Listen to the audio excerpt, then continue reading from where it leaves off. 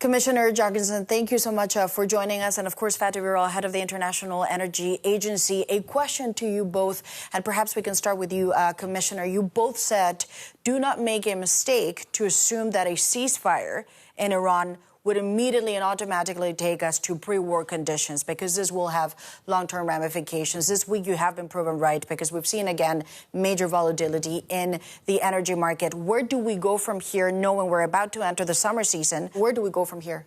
Well, so first of all, in this tragic situation, we do need to still underline that the prices are high, yes, but we are not in a security of supply crisis yet. We are monitoring the situation very closely, and we are working with member states in the Union to do as much as we can to prevent that we get in a situation where indeed we will lack jet fuel or maybe even diesel. And just to pick up on this point, so your message for Europeans who, again, they look at prices at the pump and they're going, oh God, here we go again. And European companies is, we are not in a situation of panic yet. We can handle the summer. Well, first of all, we should never be in a situation of panic. I would say panic is not a good place to be. But we are in a very serious situation.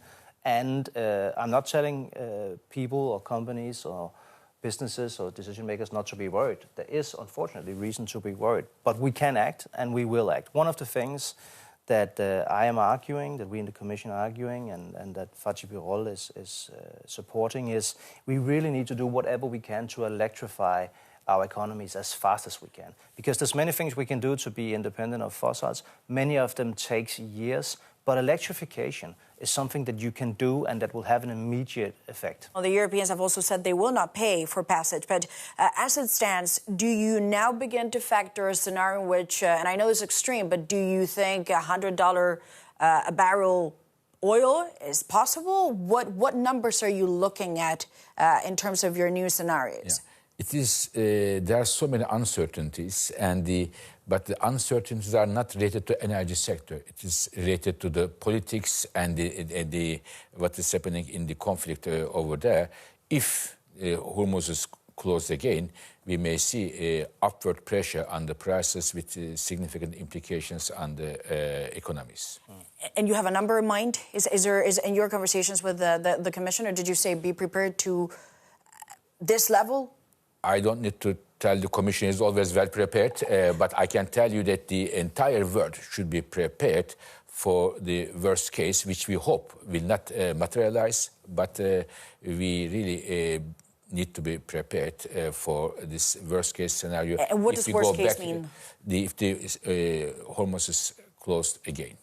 And prices go up to a particular level? Where do you see a trigger point? If you push the prices up, today it is $75 and so on, and it may really push the price up if the Hormuz Strait is closed once again.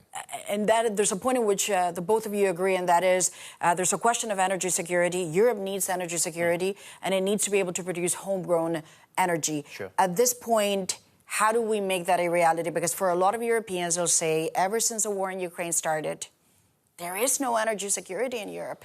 On one hand, that is true. We are way too dependent on fossils. We import for more than 370 billion euros worth of fossils every year. That number will be much higher this year because we've paid more than 50 billion more for our energy already this year because of the crisis. So there's still a long way to go. On the other hand, I will say, since February 22, we've reduced our consumption of gas overall by around 20%. That's made a huge difference. We've deployed far more renewables, so we save billions every year. That's not to say the prices are not still too high, they are, but they would have been far, far higher had we not done these things. And Mr. Birol, you told me clearly the Europeans had created a dependency on Russia that turned out to be very painful and also very expensive. And you also said going back to Vladimir Putin and knocking on the door would be an equally bad mistake. At this point, is there your message for the EU, but also the G7, that they need to go harder on the sanctions? This is the time. I think Europe made a historic mistake in the 1970s when there was oil crisis, 1973 and 1979, oil crisis, and it had major implications for European economy at that time. And the Europeans thought it is wrong to have over-reliance on Middle East, that diagnosis, But the solution, they said, now we pivot to Russia, over-reliance on Russia. So right diagnosis, wrong solution. And we suffer a lot in Europe for the over-reliance on Russia after we learn our lesson after the cutting of the Russian gas. And our economies and our businesses, households did suffer for the high energy prices. But once you make is a mistake, but if you do it 2 times, it is not a mistake. It is what I told the European policymakers. Just to make this very clear, we are not considering opening up again for Russian energy, on the contrary. And you're not considering that, but nonetheless, there is an active conversation about the oil price cap as it stands. There is a possibility, right now it's set at about $44 a barrel. Of course, the price cap usually tends to be 15% below market average. The prices have gone up. Is there a question, or is there a scenario in which this price cap does not get renewed? First of all, I think we need to have as strict sanctions as we can, including price cap. But I just want to say also to the viewers that maybe not understand the nuances of this. The big part of this, which is that we are banning now import of Russian gas, that stands. And it's important to say because sometimes we hear voices, even in Europe, saying, in this very difficult situation, shouldn't we reconsider? But no, that would be a huge mistake, as Mr. Barata said. What is the key now for Europe to be able to have homegrown energy at an affordable price? Because what companies in across Europe continue to say is competing on the energy front with the U.S., which is pretty much self-reliant, and the Chinese, is very difficult. It is not industry, but the entire economy here. There is an economic competition between, of course, US, Europe, Middle East, India, China. And here, in my view, Europe tomorrow cannot suddenly discover oil or gas. If there was oil and gas in Europe, we would have already discovered many years ago. So important thing is to produce energy as much as possible at home. Domestic energy, not to rely on other countries. So here, the main option we have is electrification. We have to electrify our energy, our economy as much as possible, which means more electric cars, more heat pumps, industry more electrified. And because we can generate the renewables, solar, wind, also nuclear power and others at home here, and therefore we reduce our vulnerabilities vis-à-vis what is happening in this country, that country, as much as possible. In my view, this should be at the center of the European energy strategy. And I very much agree. Basically it's about getting the expensive black molecules, the gas and the oil and the coal, out of our system, and instead have green electrons. So electrification is at the core of this. And I think it's been overlooked in the discussion until now, unfortunately. So next week we will, from the Commission side, put forward a strategy that will really boost electrification in Europe. And that was my question. How do you make that a reality? This is about deploying a whole range of different measures. And it's about looking at different sectors. It's a mobility, so transport. It's housing and buildings, and it's industry. It's taxes, yes. It's transmission costs. It's something very physical, like the grids that need to be expanded fast. That means faster permitting times. And Mr. Barata, would you agree to that? And what do you say to criticism that electrification is great, but if you look at numbers, the speed, the velocity in terms of the infrastructure, it's not moving, certainly not when you look at the tone and the language that suggests urgency to the level it should? I would definitely agree to those points. We are far in Europe behind the countries like Japan or Korea or China who don't have a lot of oil and gas resources. They put electrification at the center of their strategies. In Europe, we should make the electricity prices affordable for the people so that the consumers, the households, the industry should go for cheaper option. They will not go for electricity because it is clean. They will go for electricity because it is cheap. Therefore, we should look how we set the electricity prices, how we tax the electricity prices. So price incentive. Price incentives and also regulatory measures. I give you one number, which is really very hurting for me.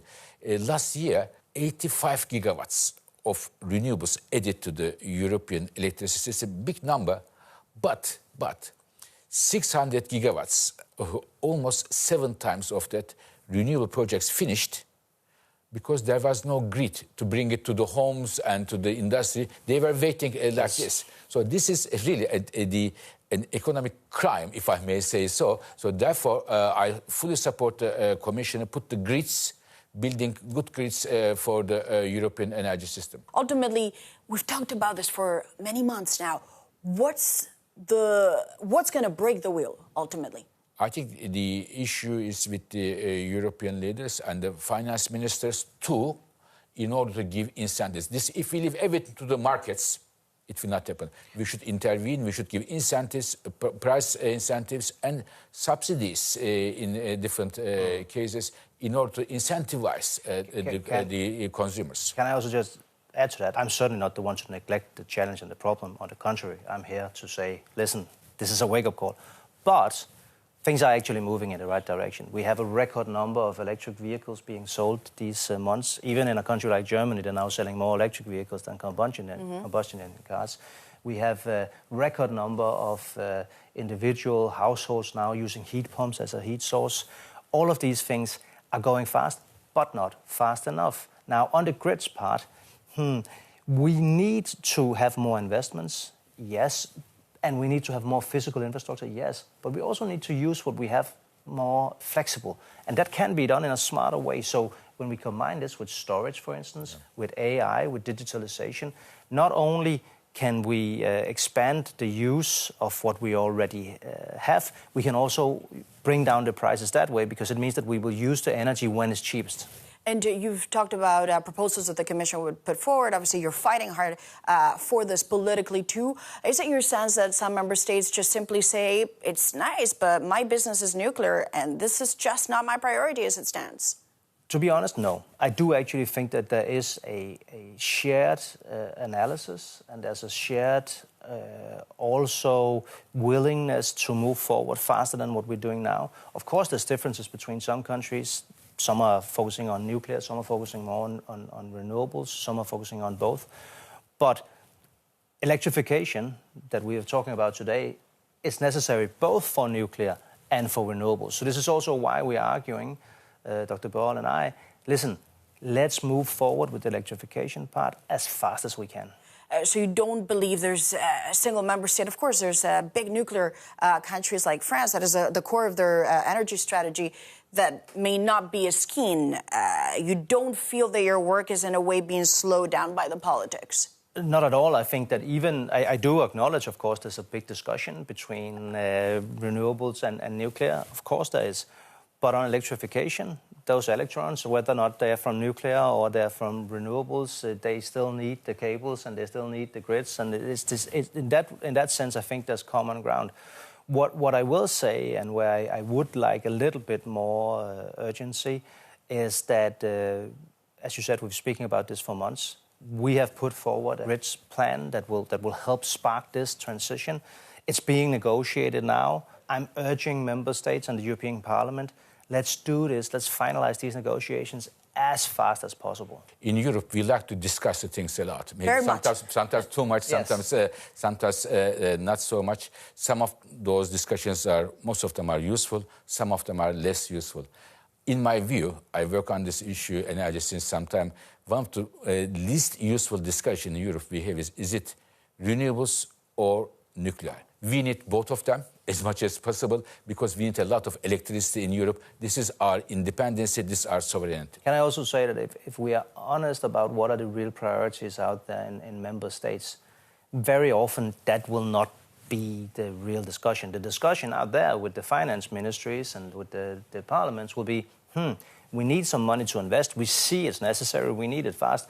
But where's that money going to come from? What we've proposed in the next MFF, so the next long-term budget, is to say on the Connecting Europe energy facility, where we pay for interconnectors, pay to integrate Europe better in the energy system that will bring down prices and make this transition possible, we are allocating 5 times more money than we have in this present. Is that enough? That is 5 times more than what we have now, what we're already doing good, I think is very ambitious, and I very much hope that will be deployed. Now, is it enough to pay everything? Of course not. But nobody is arguing, at least I'm not, and I would argue against, that it's public money that pays everything. Of course not. We need private investments. So it's also about de-risking private investments. In something like grids, these are long-term investments. So let's find ways of attracting more institutional investors. And just as a final point on this, the European Union used to present itself, and perhaps, Commissioner, you still want to say you still are, as a green champion. Green is now becoming clean. When you look at the European Union, Dr. Burrell, would you say you need additional flexibilities? Yes, some of this regulation perhaps is too stringent. Or do you say, on balance, if you take out the politics, it's really not that tilted? Yeah. Energy is a good thing. We need energy for everything, for our to go to work, for our economy, and for the lives and everything. But how do we produce this energy, and what are the implications of that is the key issue.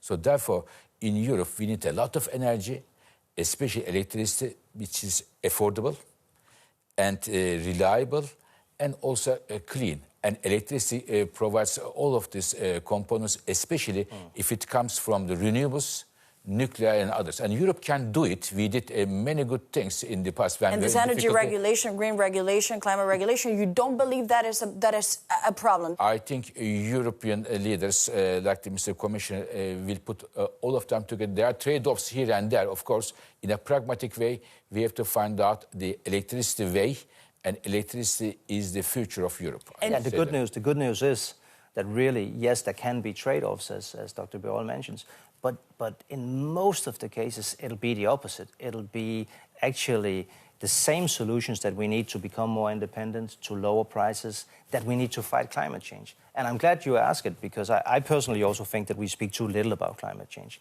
It cannot be that we only speak about it when there's heat waves and forest fires. Climate change is real, it's here. We need to do more to tackle that problem. And to that, there's still the question of the climate regulation. We've seen from a number of member states say this is extraordinary times, perhaps we need more flexibility. When you look overall at the regulation you have in place, is there a fair point to say some aspects will have to be tweaked? Oh, no, and certainly not because other countries outside of the EU ask for it. Including the US. But what we will do is, of course, be as pragmatic as we can in implementation. There will be tweaks, and of course we'll have to do things differently. But as long as we stay on track, and as long as the targets are still the same, and we promise to our citizens and companies that we will in fact do this, then I think we can be proud. I would also say that Mr. Commissioner, pragmatism is the right word here. Flexibility is the right word here. We should energy security of Europe is very important, but Europe's regulations are important as well. We have been flexible and pragmatic here, because we had a major gas crisis in Europe, and Mr. Commissioner and the Commission has decided to 2027, next year, nullify the imports from Russia. So we have to be very careful here and pragmatic. Energy efficiency concerns me more because we're not on track when we look at what's actually happening in the member states. So what does that mean? Should we then just lower the standards? No. What we're doing instead is saying, okay, how can we then help make that happen? And actually, the electrification strategy is also about becoming more energy efficient, because almost always when you electrify, that will also mean that you're using the energy more efficiently. And just as a final question, if I may, under a minute, what's the biggest lesson that you take away from what has been really a whirlwind 6 months, Mr. Commissioner? That we cannot be dependent on fossil fuels. Instead of buying energy and using it and buying it and using it and be dependent on whatever happens geopolitically in the world, we should have our own homegrown energy. Yes, it'll need investments. Yes, it'll need political ambition.